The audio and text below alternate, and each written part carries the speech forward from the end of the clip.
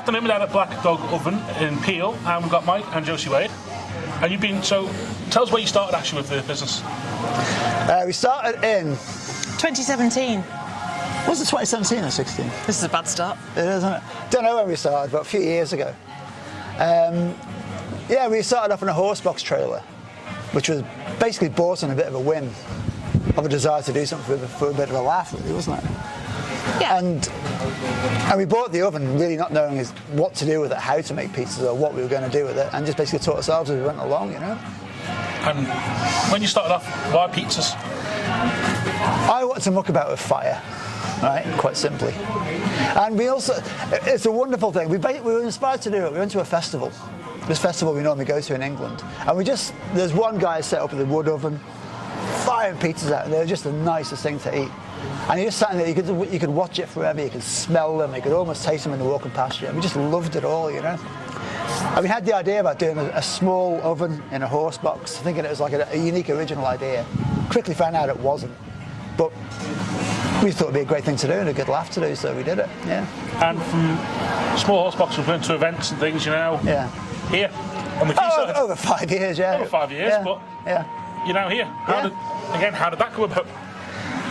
It seems like a natural evolution, really, to what we were doing. We were getting quite a strong following. We had a real fan base with our pizzas.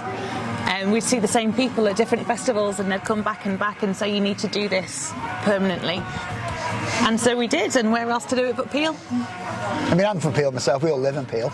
That's why we called it the Black Dog Oven, because we wanted to be set up near to the castle where the Mother Dew lives, and that's what inspired us.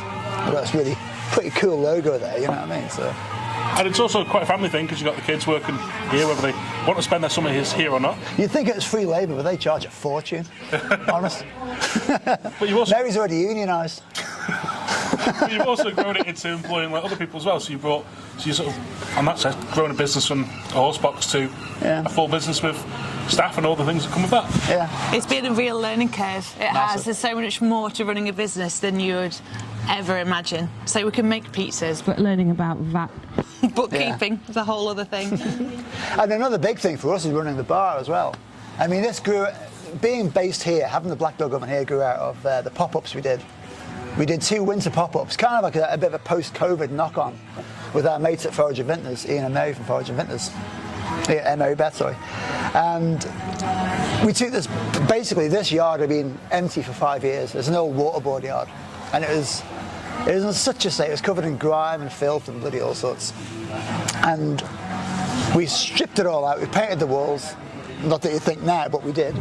Cleaned the floors down. And we had a bar over there, horse box over there, filled it full of tables, we strung it full of lights, and we just kind of went for it, not knowing what to expect, and it was just a huge success. Even in the middle of winter, 4-degree temperatures, people just loved it. So we had to do it again, we did it again, and we just realised that it was just too good not to do, you know? But one thing it taught us was we had to run a bar. Now, I've never worked in a pub, I've never pulled a pint before, Josie has. And then 2 weeks before we opened, we had Martin from Bushes down basically telling us what to do, what we're going to need, where to put this, where to put that, where to put the other. And within 2 weeks' time, I'd gone from a complete novice to running my own cellar, which is, that was a massive learning curve and still is, you know. Well, even with the choice of beer that you've got over Bushes, also the food, a very big part of this is Manx produce. Always was, wasn't it? Always was. That's really important to me. So my background is that I'm a dietitian, so I'm interested in food from a health point of view, but generally I'm just a food enthusiast. And I think if you know where your food has come from, then you're halfway there, I think, with any kind of health concerns that you may have. We know exactly what's in our food, we know where it's come from, we make our sauces from scratch, all our like vegan cheeses are all made from scratch. We can pinpoint every last ingredient, and I think that's really important in this modern world of super processed living.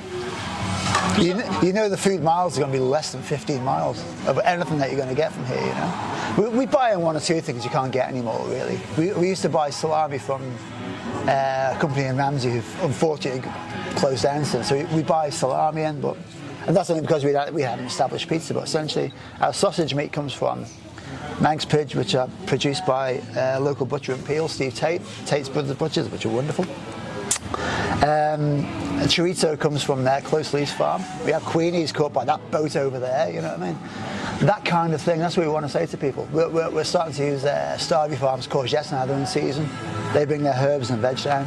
As much as possible, produced here and grown here in the Alabama. From the start, obviously something you want to do, but is that as much of a community thing, or is that because you in your own time also focus on the idea of eating Manx as much as possible? Yeah, it's a belief, isn't it? And in the ethos you have to stick to, you know. The Isle of Man has so much to offer in terms of produce, and also artisan producers. There's so many more of them now than there was when I first moved here, and they're just so good. I don't think we don't need to go any further to get great ingredients. Yeah. And it costs. Thing is, I mean, we do it altruistically. We don't shout about it. Maybe we should, but we don't walk around saying, "Look at us, we are wonderful selling local stuff." We just use it because we know the stuff's great. We believe in the ethos of using local, and it tastes amazing. You know what I mean? I'm not going to lie, it puts an extra cost onto everything that you do, and we try to absorb that as much as we can. I don't think we charge that much more for our food because we're using more expensive ingredients, but it's worth it, you know? And does that also give you the opportunity to try different things a bit easier, perhaps? You know the fishermen who are bringing stuff in, you know farmers that you can change, you can try different pizzas and stuff. Is that also something that's helped to grow your business a little bit? Definitely, yeah. We've suggested a couple of things to some producers and they got really excited about it, you know?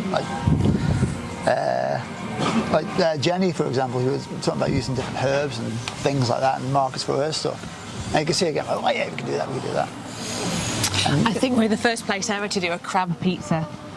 Crab pizza straight off the boat. It was absolutely amazing. We don't do it all the time, but you won't find that anywhere else. Not yet. Probably won't know it's going on this, like, you know what I mean?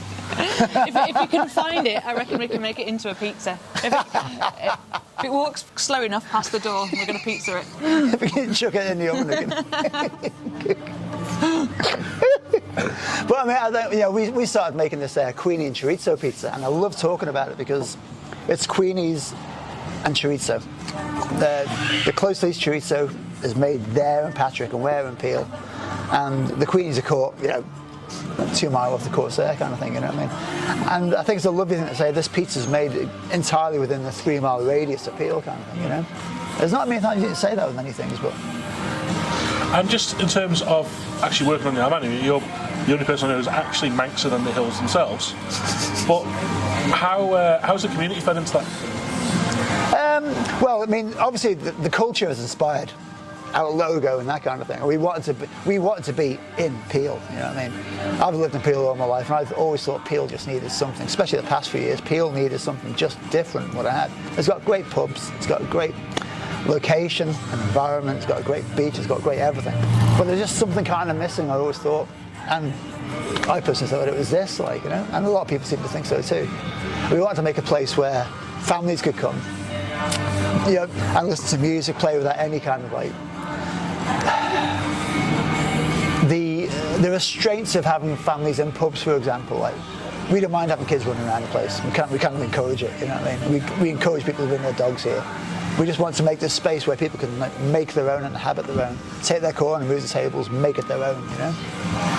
And just in terms of the wider island, why is it that, what do you enjoy about running a business on the Isle of Man and the support that you can get from, for example, DfE, said about events granting and that things? The DfE were really supportive when we were doing our pop-up events back in the 2 winters that Mike was talking about. They helped us to fund our entertainers, who are largely local musicians. They were entirely local musicians. Oh, well, yeah, we didn't bring We've had one band from across, have we? But he was Manx, even though from Norway. You're going to struggle to make this into a film. Yeah, so the DfE have been really helpful in terms of funding for Manx entertainment, essentially. And there's a lot of it there. There's a lot of Manx talent, and it was really good to be able to kind of tie that in with our business, along with the normal Christmas festivities. Yeah. And with the Hopchenay festivities as well, which we did last year. So, yeah. And it's nice having music on a bit earlier as well, so people can bring their kids to see the music. You don't get that in pubs. When you play in a pub, you play to a lot of, well, obviously drunk people sort of thing. You know, people who go to pubs, you don't get the chance to play to families, and families guys, well, kids particularly don't get a chance to sit and listen to the music, and that's really gratifying when that happens. You know, and the kids obviously love it and suck it up. You know, teenagers as well.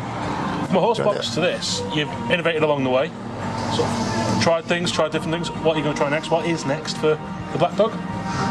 We would really like to try exploring all of the other options of foods that you can cook in a wood-fired oven. Particularly landed just there, you know. We weren't ever really aiming to just do pizzas. It's such a versatile way of cooking, and that smokiness that you get when cooking on fire really lends itself to cooking with fish and slow cooking meats. So we really want to explore that a lot more in the months and years to come. And we think we're going to get some really good results with that. Hopefully, yeah. The problem you have is like the market. What COVID showed, where fishermen were able to sort of land their catch and sell the catch directly onto a customer. We want to explore that more. We need to get more local fish sold here. It's surprising the struggle we have to get local fish. Apart from the Queenies, dead easy, but locally caught and local fish, it's hard to get. Hey? What would you want to do with them? What? Cook them and eat them. That's all. You can invent Manx fish fingers. You can't invent a fish finger, can you? Yeah, you could invent Manx ones. They've got 3 legs. That'd be fish legs. Cut.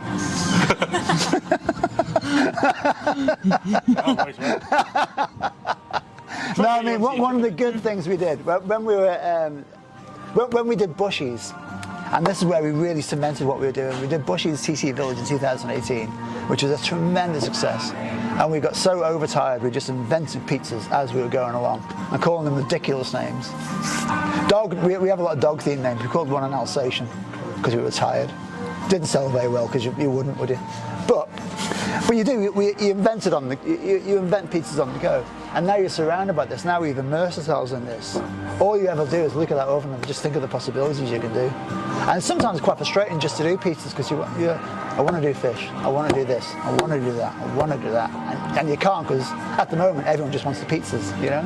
So it's just finding the time to work within the stuff and to invent new dishes and be able to like work within everything that we have here, and just keep on creating and just more importantly having fun with it. I think the fun we have comes across, hopefully, with people. Hopefully. Yeah. Yeah. Otherwise, people just think we're a pair of bloody idiots, like. But, you know. Our other big push is protecting ourselves for the winter season. So we're planning to get a lovely wood-burning stove on the inside to make it cosy in bad weather, kind of maximise our shelter. Because we know that people like being outdoors, but in winter it's obviously a lot harder than in summer. So we just want to make that.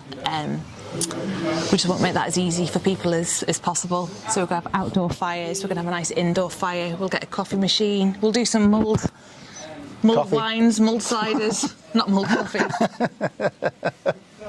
Boozy hot chocolates, all that kind of thing. Yeah. Just make this place, because when we built this place out of our own ideas, we had no template for this at all. If we followed a template, like a recognised business way of doing things, it wouldn't have been this, and we wouldn't have known what we're doing. So we had to invent it on the spot without knowing what the hell we were doing. And if we carry on in that vein, I suppose it'll be all right, won't it? It'll go one way or the other. Well, I suppose. Either way, it'll be fun. You know what I mean? I think we're great. Happy days. Cool.